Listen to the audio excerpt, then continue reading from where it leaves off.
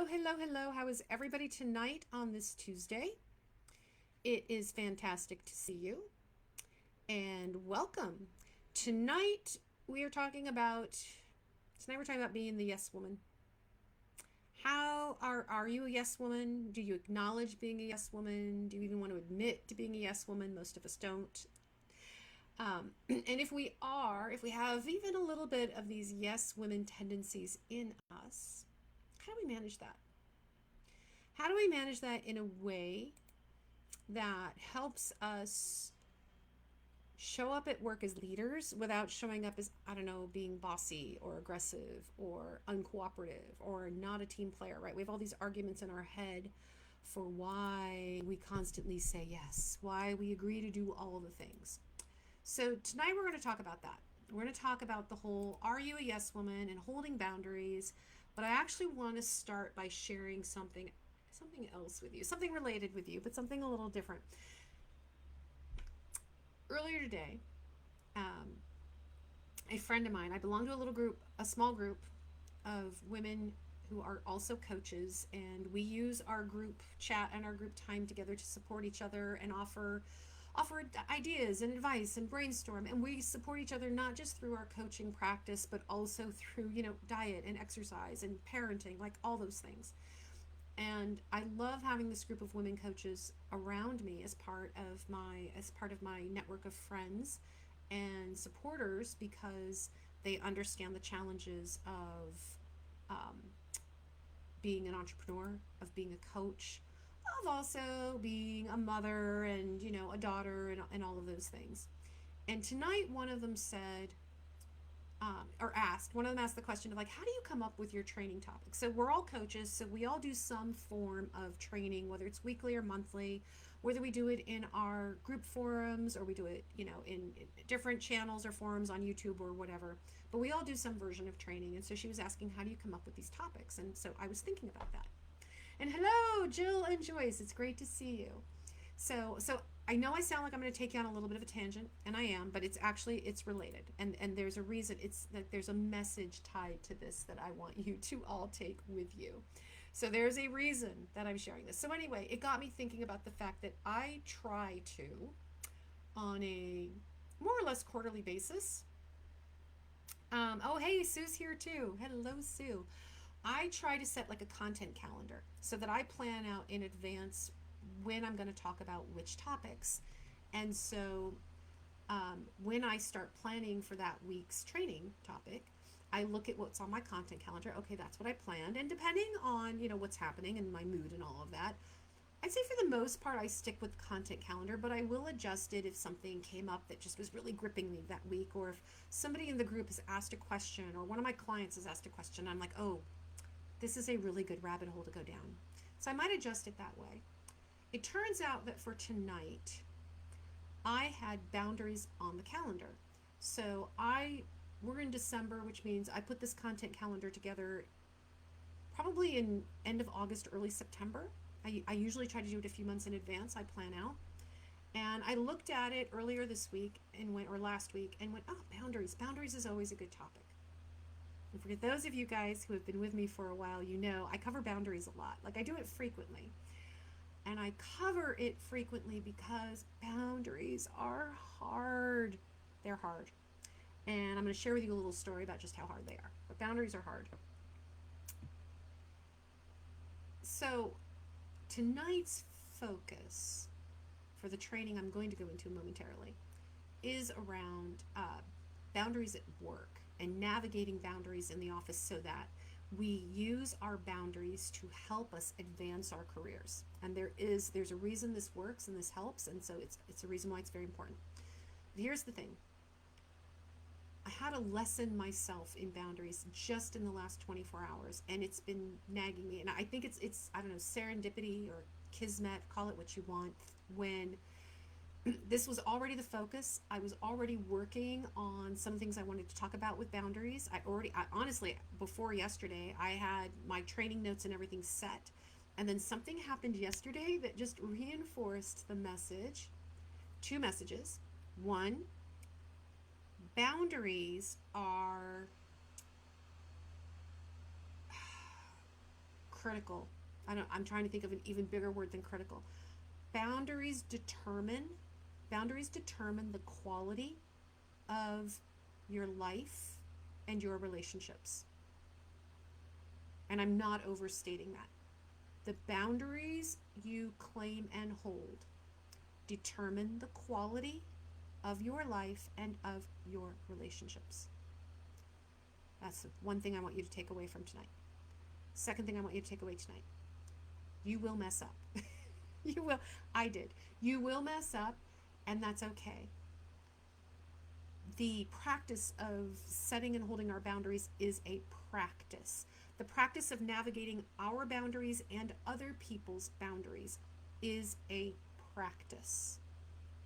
And especially if you're coming from the history of being a recovering yes woman, then you're breaking down old patterns. You're breaking down old habits, which means you're going to get really good at identifying what boundaries are important.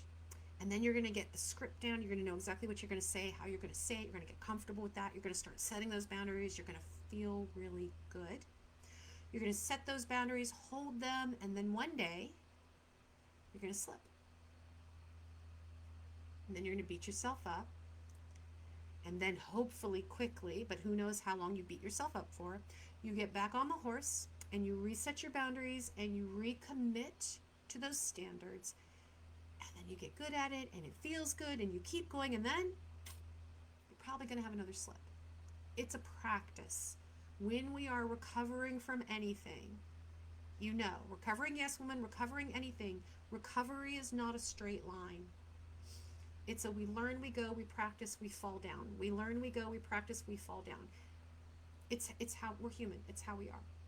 So the story I want to share around this, just to put some context a little bit around this, even though what I'm going to tell you is personal and not career related, I promise you it's all connected.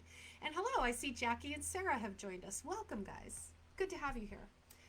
You're in time for my personal downfall. So here's what happened. Yesterday morning, I got a text from my former husband. Now, my ex-husband and I are not on terrible terms or anything. I mean, we're on civil. I would say civil. We're on civil terms. Maybe not quite friendly, but civil terms. We don't fight anymore. We don't have those conversations. In fact, I avoid all conversations I can with him. That's really where I am with it. Unless I have to, and if I have to, then we're civil. So it works. He texted me yesterday because he wanted to know if my middle son was coming home. My middle son lives across the country from me. If he was coming home to celebrate his birthday, because his birthday is this week, or if he could have his address to send him a birthday card. And I didn't really think twice, and I should have. And I responded with, he's not coming home, here's his address. And then I went, that address was not mine to share. My son had decided years ago that he had a boundary with his father, and that boundary was no contact. And I know this. I know this. And yet, in that moment yesterday, where I was asked to cross a boundary, and it wasn't even my boundary, except it was, because my boundary should be honoring the boundaries of my children. I fell into an old pattern. That old pattern stems from 22 years of being married to this man and those old habits. Now, I sit here tonight and say, I can give you all the excuses in the world of why I did that. I felt sorry for him. It was my son's birthday after all. He just wanted to send a card. It's just a card. What's it going to hurt? I can give you all the excuses in the world, but I know better. I know better. I know what happened was I got that text. It triggered me, sent me into an old pattern, and that old pattern has two facets to it. Facet one is,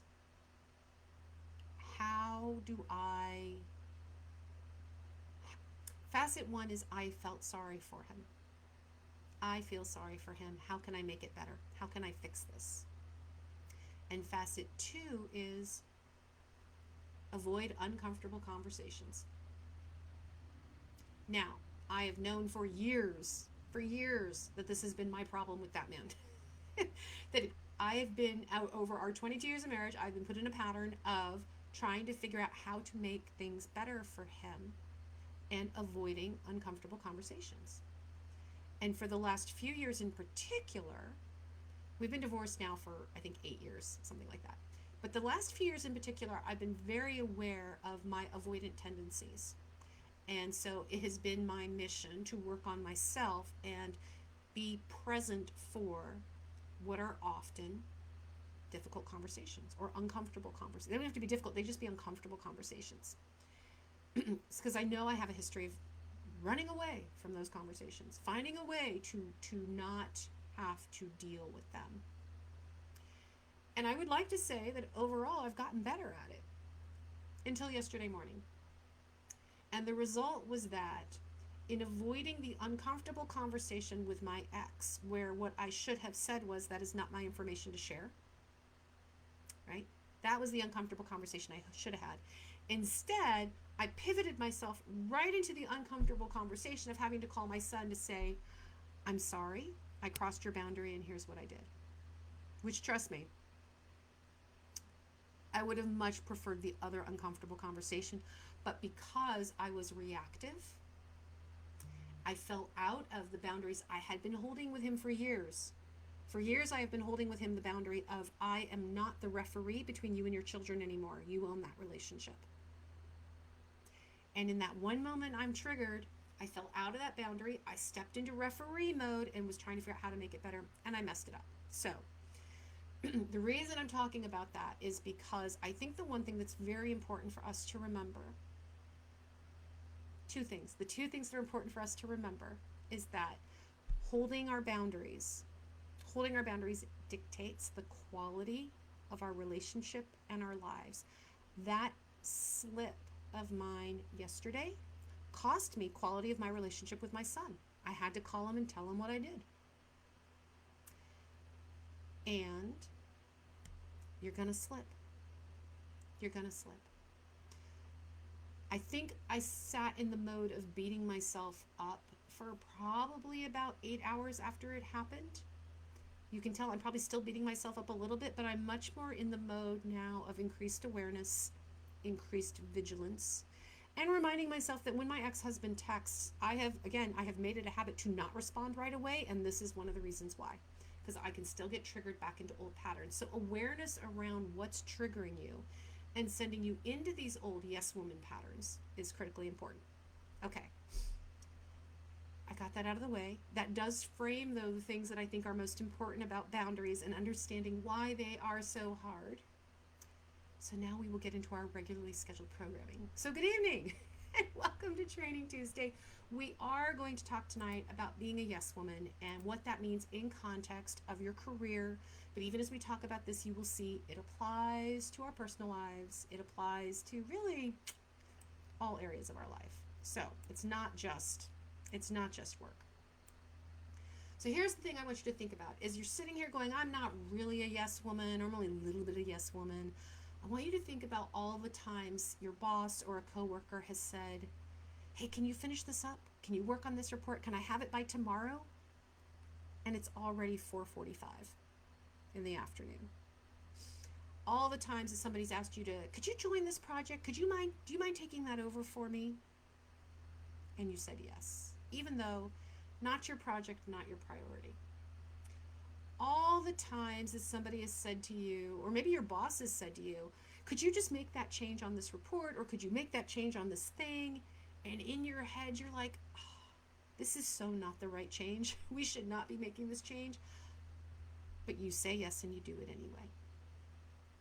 When we are in yes mode, we are not leaders. We are not in leadership mode. When we are reactive and in yes mode, when we are triggered and in yes mode, we are in survival mode. And when we're in survival mode, we're not leading, we are surviving. So the question for you to ask yourself, to seriously consider, seriously consider the question when you feel that urge to say yes automatically to everything that's being asked of you is, Do you need to be in survival mode? Do you need to be here right now? Would holding a boundary here be better for you? Would holding this boundary here be better for your coworkers?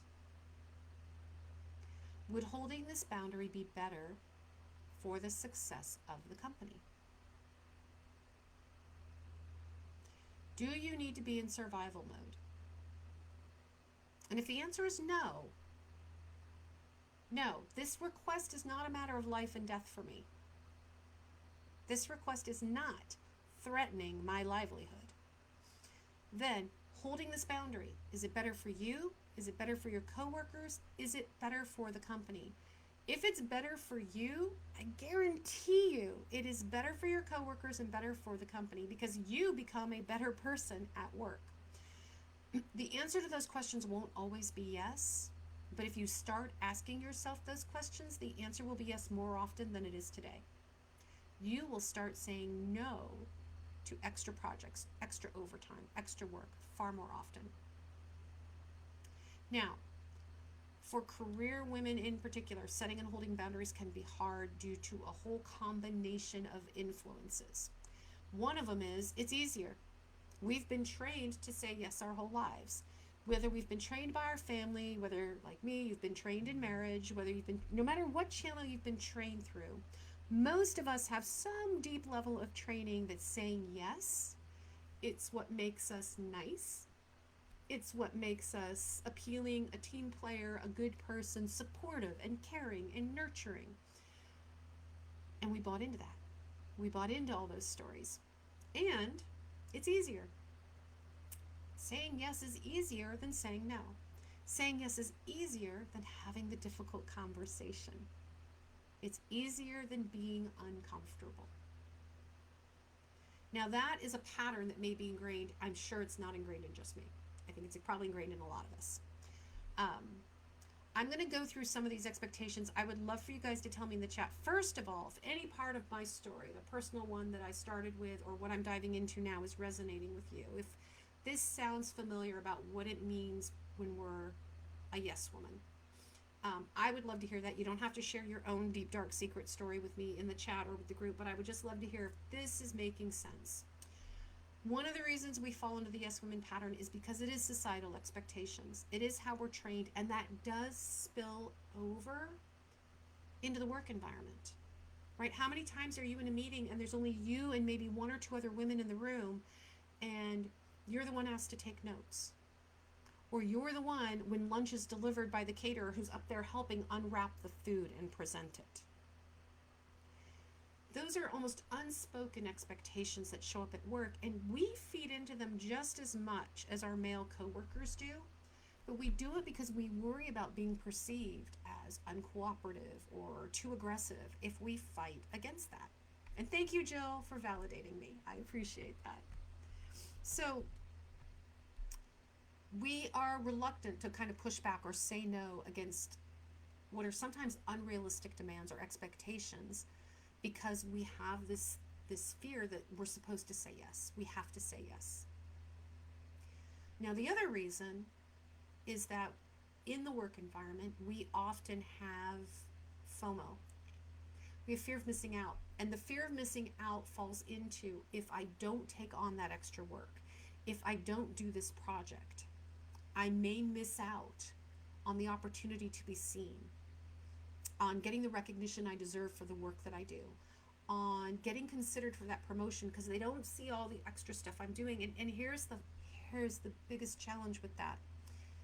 Your male counterparts, your male peers, are not doing all that extra work for that recognition, to be shown, to be seen at the same level that you are. They're not stepping up. They're saying no.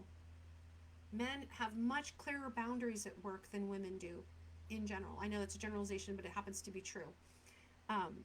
They have a much easier time saying, no, I don't have time for that. No, I can't take that on. They don't have the fear of missing out, that they won't earn or deserve that next raise or promotion if they don't do the extra thing. We do. We are caught in this vicious loop of constantly needing to prove ourselves at work. And so we take on more and we take on more, and then we get overwhelmed. The third piece to this is work-life balance. We have been sold, especially those of you who are in Gen X generation, raise your hand. If you are Gen X, and it's not to say that other generations don't have this, they do, but Gen X in particular, we were raised under the bill of goods that we can have it all, and it should be effortless and easy. That's the part that kills us. I'm not going to argue with can you have it all, because I think you can have it all. I think you can have it all, and you can have reasonable expectations for how having it all is actually going to show up. What having it all actually means. Because having it all, having the perfect career that's just skyrocketing and you're making gobs of money and you've got all the titles that you want, and having it all at home where you have the perfect family and everyone's well behaved and doing their thing and thriving. Oh, come on. You know how much work that is. You know how much work that is. Having it all and having it all go perfectly well all the time is the bill of goods we were sold. And what it doesn't allow for is for us to set clear limits of, yeah, I'm going to have it all, but it means I'm going to work. I'm going to work between 9 and 5:30. And then after 5:30 or 6, that's my home life. And I'm going to go make that as perfect as I can. Right? We somehow think we're supposed to say yes to everything because it's supposed to be effortless. We're supposed to be able to do it. It's supposed to look easy and perfect, which leads to this immense pressure where we overcommit and then we underdeliver, because we have to underdeliver, because we have no energy left. We have no strength left. We're burnt out and we're out of time. So when you think about those challenges, and those are workplace challenges, right? Managing work-life balance, the fear of missing out because we have to prove ourselves constantly, right? The cultural expectation at work that somehow we have to say yes. These are workplace challenges that highlight that there needs to be a shift. There needs to be a shift in the workplace culture that is more supportive of women. There needs to be a societal shift that changes the way that we perceive women and women's values in the workplace. That is not a you problem. That is not a you problem, and you are not going to solve it. That is a work culture problem. That is a society problem. But what we have to do, what we need to do, is talk about you in this culture, in this workplace, and how do you show up. So you've heard me, if you go through the Training Tuesdays that I've done over the last several years, because I've been doing this for a few years now, there's got to be at least a half dozen trainings on boundaries, probably more, on boundaries, setting boundaries, holding boundaries. What's the script? How do we figure out what our boundaries are? All of that good stuff. So we know why they matter. You know why they matter. Holding boundaries help us reduce our stress, get our sleep, maintain that healthy work-life balance, prevent burnout, maintain our mental and emotional well-being. So we know they're important. When it comes to your career, boundaries help show that you can be focused, productive, that you know how to prioritize, and you know how to manage your time. The ability to prioritize, the ability to be productive on things that matter, that is what leaders look for when they're looking for team members with strong leadership skills. They're looking for people who can deliver on the things that matter. So when we talk about how you set up healthy boundary habits, that's what I want to focus on. So Joyce says, I can bring home the bacon, fry it up in the pan, and never let you forget it, man. But it's, yes, it's exactly, because you're taking care of everything. And you're somehow responsible for how it all turns out too. So don't burn the bacon. Don't make it too crispy, but don't leave it too soggy. Be sure you clean up the kitchen when you're done, right? All of that. It's exhausting. There's no energy left for yourself, much less anyone else, when you're done with all that. All right. I have 3 takeaways for you in terms of how we manage boundaries at work, why we're doing this whole thing of boundaries at work. First one is around focus. The first one is around focus. Multitasking is not your friend. Multitasking is the devil's work. I've talked about multitasking before. I've probably not said it quite that way. When you are multitasking, you are not being productive. You think you're being productive, but you're not. What you're being is busy. When you are multitasking, you are being busy. You are not being productive. We cannot be productive on the things that matter when we are multitasking. Focus allows you to not only be more productive because you are single threaded on something that needs to get done, it allows you to be more thoughtful. It actually allows you to work faster if you've blocked out the time to do it. It allows you to produce higher quality work. When you dedicate specific times for specific tasks, you are now creating an environment and a work schedule that is conducive to doing deep work, thoughtful work, for making a difference with the work that actually is a priority, the work that matters, that moves the needle on whether or not you're going to make an impact in the company, whether you're going to do the project that's going to help get you noticed and help get you promoted. So the recommendation is you block your calendar for at least an hour or 2 hours is honestly better, but an hour if that's all you've got, of uninterrupted work time, which means shut off the notifications of your email, shut off your phone, pick that one priority project that matters, and for 1 hour, that's what you do. You will be amazed at how productive you feel, how refreshing it feels to be able to focus on the thing that matters. So here's your takeaway. The focused approach not only improves the quality of your work, but also speeds up the process because your brain is not constantly interrupted by the phone ringing and the texting going off and the emails coming in. And oh, right, I'm halfway through this sentence, but I just remembered I told so-and-so I would do this. Your brain is able to focus, so you're not switching gears, which means you can work faster on the important task that's at hand. So time block. Time block what matters. Keep in mind too, when you are distracted, you're halfway through that project and then I was supposed to send somebody that email. I better go do that now before I forget. When you do that, it's not just the 90 seconds it took you to find the email, respond, and come back. It takes 17 minutes. 17 minutes for our brain to refocus.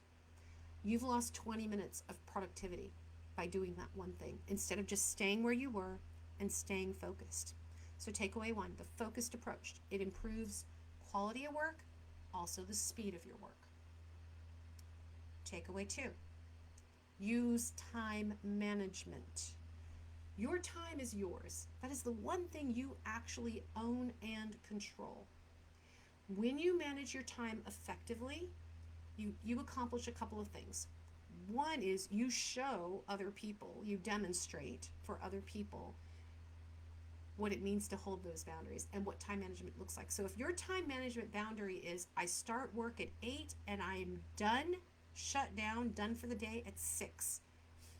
I don't work outside of those hours. You are setting the standard for what people can expect from you. You are setting the standard for how you are going to be treated, for how you are to be interacted with. These are my working hours. During these working hours, I am all yours. Outside of those working hours, I belong to my family. I belong to my dog. I belong to my yoga class. Like, I belong to all kinds of things outside of working hours. When you hold those boundaries, you are not only setting yourself up for clear and better work-life balance, you are setting up everyone else to know what to expect from you. You are also making it possible to manage your workload. Because when somebody comes to you at 4:30 in the afternoon and says, hey, I have this extra thing, I really need you to do this, could you do this for me right now? You can say, well, I am only here for the next 90 minutes and I have these 2 other priorities I have to address. So do you want me to do that and not do these 2 things? Or do you prefer I get these 2 things done? That negotiation tactic works with your boss. If it's a peer who wants help, it's I can't help you right now. These are my 2 priorities for right now. I have to do this. When you are managing your time effectively, you have a way of knowing what your workload is, how to manage that workload, and at the same time, you are teaching other people how and when to interact with you. You are setting standards and you are being responsible and accountable for what you can achieve in the time they're paying you for. And I know that when it comes to time management, a lot of people look at, well, I'm salaried. I'm salaried. So I don't get paid for overtime. The 40-hour work week doesn't count, and that is a lie. That is a lie we tell ourselves. Salary does mean you don't get paid extra hours for working 45 or 50 hours instead of 40. It does not mean, nowhere in any legal land does it mean you are obligated to work more than your contracted 40 hours. Unless you signed a contract that spells out that your work week is actually 45 hours for what you're getting paid or whatever that is. But 98% of you that are salaried, the salary encompasses a 40-hour work week. And yes, now and then you'll put in a 45, 50, or even a 60-hour work week if you choose. But you aren't getting paid for that. You do not owe that to the company. Effective time management shows with what level of respect you are going to be treated. You own that. So takeaway 2, effective time managers know that by accepting every request and every demand, you spread yourself too thin and you lead to subpar performance. If you are not effectively managing your time and managing your workload within that time, if you're going to get everything done, it's not going to get done well. All right, and takeaway 3, prioritize. Prioritization, clarity, know what matters. This is where you shine as a leader. This is what gets the attention of the executive team and anybody else who's responsible for your promotion. When you set boundaries around what you're prioritizing, remember I talked about that focus time? If you're doing focus time for 2 hours, 2 days a week, make sure one of those days is focused on that one project that's going to move the needle for you at work. That one project that's going to help you get to the next level. When you are productive around the priorities that matter, that is when management says, we have to pay attention to this person. She knows what's important. She is getting things done. All the busy work you're doing, the responding to emails, the helping so-and-so with this, the jumping on this side project, you might be getting recognized as being a very busy person at work and a very engaged person at work, but being busy doesn't make you a leader. It just makes you busy. Making a difference in something that is a priority to the company, that is a priority for your job function, that's what leaders do. They focus on the priorities. And here's the other piece to consider. Prioritization helps you move the needle even when you have limited resources. Like how many of you, actually let me put it this way, how many of you have too much budget to spend? More budget than you could possibly spend? How many of you have too many people?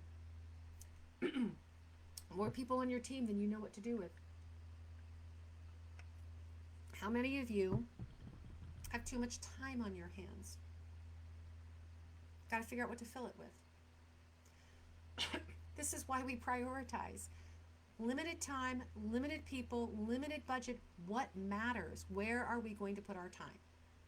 So your key takeaway here is being able to prioritize effectively means understanding the bigger picture and aligning your work with the goals of the team, the goals of the company, and staying focused on that.